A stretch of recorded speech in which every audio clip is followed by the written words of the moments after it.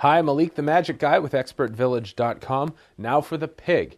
Now this is going to use a tulip twist, the bear head, which uses some pitch twists, and it's going to use a roll through depending on how you want to do it. I'm going to show you this, and you want a balloon with just a little less than half blown up because we're going to put a lot of twists in this balloon to make a pig. So we're going to start off with a small tulip twist, just like I showed you before, so you can watch the video on the tulip twist. We tuck the knot in, twist that off just like that. So you want it to be, maybe that's about 3/4 of an inch, maybe an inch right there. Now this is going to be like the teddy bear head, except this is going to replace the first bubble. So now we're going to make the other bubble, just like that.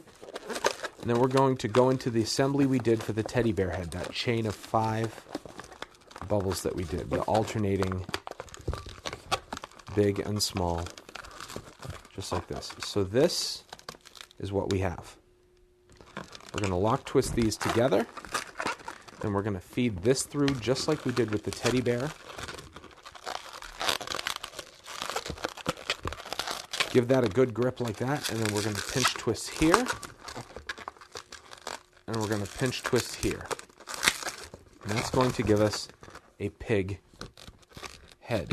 Now we're going to do a basic 2-bubble lock twist for the front legs. I'm going to do a 3-bubble roll through for the body. You can actually do this without the 3-bubble roll through if you'd prefer. You can just make a regular body, but I like to do it with the roll through because I think it looks more like a pig, so a little 3-bubble roll through. Now these are all tucked in there kind of tight, but you can do them with a little bit of practice. And then you make a set of 2 locked 2-bubble legs, just like that, and that is your pig.